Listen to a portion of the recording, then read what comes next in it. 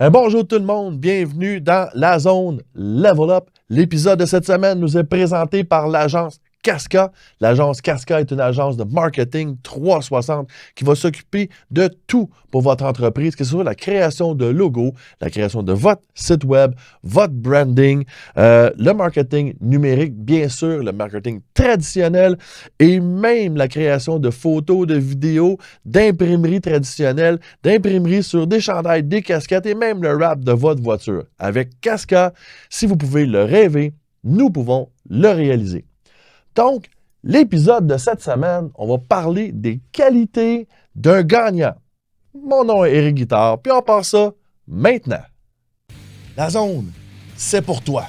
Que tu sois entrepreneur ou parent. Si tu as conscience que le mindset, la confiance en soi et l'estime de soi sont essentiels à ton succès, bien, la zone est là pour toi. À chaque semaine, on va parler entrepreneuriat, mindset, leadership et succès. Je te remercie de passer ce beau temps avec moi. C'est parti! Les qualités d'un gagnant. Bon, un gagnant, ça a quoi comme qualité? Très bonne question. Puis ça, c'est un des sujets que j'aborde dans la formation Level Up parce que, vous le savez, ça fait quand même plusieurs épisodes que je parle de l'identité. Donc, l'identité, c'est quoi? Ben, c'est notre perception de nous-mêmes. C'est nos standards qu'on s'accorde ou nos standards qu'on accepte pour nous. Fait que plus notre identité elle est claire, plus notre identité elle est forte, ben, plus nos standards sont élevés et plus notre niveau de performance va être également élevé. Puis, ben, par la bande, plus nos chances de gagner, de réaliser nos rêves, de faire ce qu'on aime dans la vie, de faire ce qu'on veut dans la vie, d'avoir le succès qu'on désire, ben on met les chances de notre bord, puis ben, on a définitivement plus de chances d'y arriver. La première qualité que je crois que tous les gagnants doivent avoir, c'est la résilience. C'est quoi la résilience? Mais par définition, c'est la capacité à surmonter les traumatismes et les obstacles. Bon. L'expression anglaise dit bounce back, hein, de rebondir, de revenir fort. Mais moi, j'aime pas tellement l'expression bounce back parce que pour moi, c'est comme, OK, on recule. Non. Moi, je modifie un peu l'expression pour dire bounce forward. OK? On rebondit, mais par en avant. Donc, dans le fond, là, la résilience, c'est la capacité à trouver l'avantage qu'on va avoir dans cette situation-là, peu importe la situation. Charles Côté dit souvent dans son podcast, je suis curieux de savoir, j'ai hâte de savoir comment la situation va tourner à mon avantage. C'est typiquement de la résilience. Un de mes coachs mentors me disait souvent, dans le fond, là, un obstacle ou une épreuve, c'est juste un cadeau de la vie, mais mal emballé.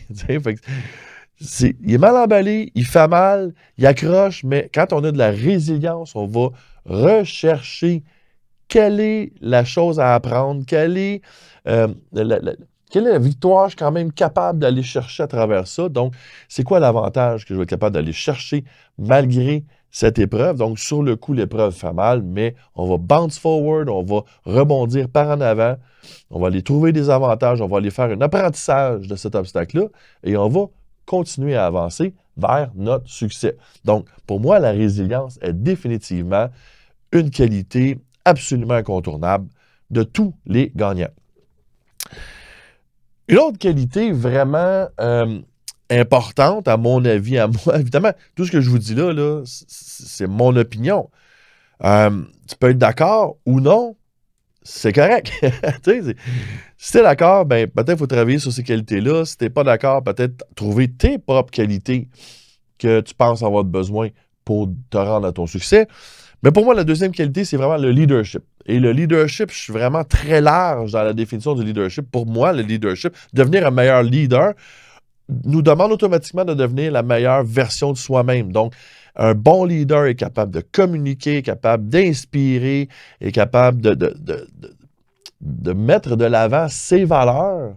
OK, j'ai un épisode complet là-dessus, justement, dernièrement, sur l'alignement entre le pourquoi, le comment et le quoi. Donc, quand tu alignes tout ça, un bon leader est capable de l'enligner et de garder cet alignement-là, malgré, les tempêtes, malgré les différents obstacles qui peuvent arriver.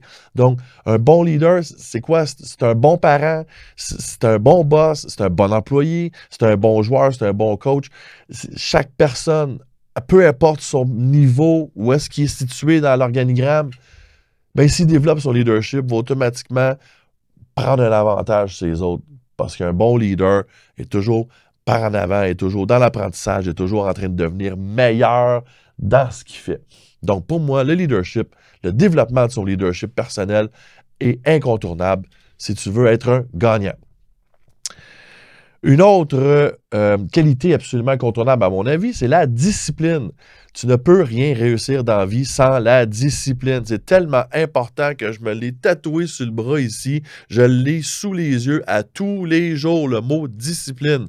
Au même titre que j'ai le mot faith qui n'a rien à voir avec la religion, qui est plutôt à croire en ma capacité. Donc, la prochaine qualité, à mon avis, c'est vraiment cette croyance profonde que tu es capable de passer à travers, que tu es capable d'apprendre ce que tu as à apprendre, de passer à travers les différents obstacles. Donc, cette croyance, donc cette faith, évidemment, là, c'est dur à traduire, je trouve, ce mot-là, mais c'est de croire en soi, c'est de croire en la vie, c'est de croire en sa capacité de passer à travers.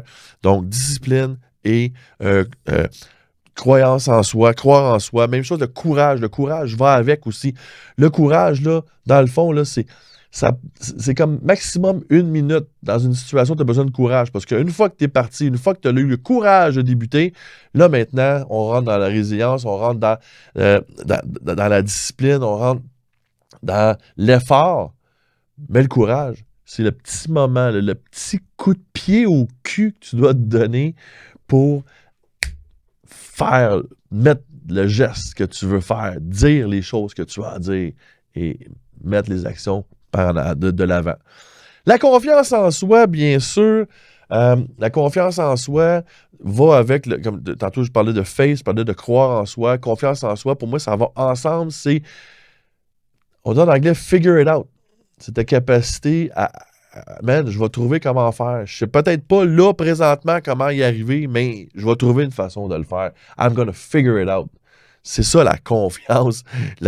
Cette capacité de croire en soi. Puis ça, ben, les gagnants, ils l'ont tout. Le don de soi. Peut-être que tu ne seras pas d'accord avec cela, peut-être que tu es 100% d'accord avec cela, mais moi, je pense qu'un gagnant est très, très habile et très, très à l'aise à donner de son temps, de son énergie, de ses connaissances pour aider les autres. Que ce soit avec du bénévolat, peu importe, il y a plein de façons de le faire. Moi, je le fais à travers le coaching de sport, le baseball, le hockey. Je m'implique beaucoup là-dedans, mais c'est ça le don de soi, c'est le don de son temps, de son énergie, de ses capacités, de ses connaissances pour aider les autres qui, eux aussi, veulent apprendre et avancer. Parce que dans la vie, là, peu importe t'es où, tu peux toujours aider des gens qui sont en bas de toi dans cette activité-là, puis te faire aider par des gens qui sont en haut de toi dans cette activité-là. C'est une croissance constante et permanente dans notre vie. L'ouverture, donc, je pense que l'ouverture est quelque chose d'important à développer si tu veux être gagnant. Donc, l'ouverture sur tout, l'ouverture sur toi-même, d'abord, apprendre à te connaître comme il faut. L'ouverture sur tes limites, tes capacités, tes forces, tes angles morts. L'ouverture sur les autres, leur façon de faire, leur point de vue, leurs qualités, leurs angles morts, leurs valeurs. Toi, tu as des valeurs, les autres ont tous des valeurs. L'ouverture, c'est d'être ouvert à ces valeurs-là. Si leurs valeurs match avec ce que tu fais, puis correspondent avec ce que tu fais, ben tant mieux, tu peux travailler avec. Puis si les valeurs sont trop loin des tiennes, tu peux juste peut-être les tasser avec respect de ta vie, mais quand même, d'être ouvert, ça veut dire d'accueillir les autres, d'accueillir le point de vue, d'accueillir la valeur des autres, puis peut-être réévaluer un peu, ou à tout le moins, donner la chance de comprendre l'autre, de comprendre soi-même et de comprendre l'autre. C'est ça pour moi, l'ouverture. Et finalement, l'engagement. L'engagement, c'est ta capacité à do what you said you're gonna do. Tu t'engages à faire quelque chose, tu vas le faire, tu t'engages envers toi-même. Moi, j'ai pris l'engagement envers moi-même il y a environ 27 ans. J'étais pour m'entraîner de façon régulière, 4-5 fois par semaine, no matter what. Ben, ça fait 27 ans que je suis engagé là-dedans. Et évidemment, avec la discipline, ça va main dans la main avec la discipline. Mais l'engagement, c'est ta capacité à tenir ta parole. Puis à chaque fois que tu fais ce que tu dis que tu ferais, tu gagnes automatiquement en estime de toi-même. Puis quand tu gagnes en estime de toi-même, tu gagnes en confiance en toi. Et la roue tourne. C'est fou. Fait que ta spirale ascendante, ta spirale qui monte de se sentir bien, être content de soi-même, être fier de soi-même, puis s'aimer de plus, puis avancer plus, puis être de plus en plus en confiance dans ce qu'on fait, est très, très, très influencé par l'engagement. Fait que c'est peut-être la dernière qualité que j'ai mentionnée là, mais c'est probablement une de celles qui va te donner le plus de momentum dans ta vie. Fait que quand tu te mets un objectif, puis tu t'engages à le réaliser, tu t'engages à faire les actions. Moi, je me suis engagé envers moi-même, là, un peu plus de 2 ans, de faire un épisode de podcast par semaine, avec comme ça l'objectif d'être régulier, vraiment constant, pas d'excuses, on y va, on donne de soi, fait que c'est du don de soi, c'est de l'engagement, c'est de la discipline. Je te le démontre là, OK? Fait que si tu écoutes ce message, ben c'est la seule raison pourquoi le message est rendu à toi, c'est parce que j'ai été engagé, discipliné, courageux. J'ai fait tout ce que j'ai appliqué. Tout ce que je te dis là, je l'ai appliqué. OK? Mon leadership s'est développé à travers devenir plus à l'aise devant la caméra. Les premiers épisodes, c'était pas évident. Là, OK? Les premières fois que j'ai filmé des affaires chez nous, je l'arrachais parce que j'étais gêné, puis j'étais pogné. Puis là, ben, à un moment donné, à force de le faire, on devient pas mal meilleur. Fait que le leadership, c'est aussi ça. C'est devenir plus à l'aise, plus confiant dans ce qu'on fait. La bonne nouvelle, là, c'est que toutes ces qualités-là sont déjà en dedans de toi. Tout ça, là, existe déjà en dedans de toi. Tout ce que tu as à faire, c'est de choisir quelles qualités tu vas avoir, de choisir les qualités que tu veux mettre de l'avant, que tu veux prioriser dans ta vie, puis les faire ressortir.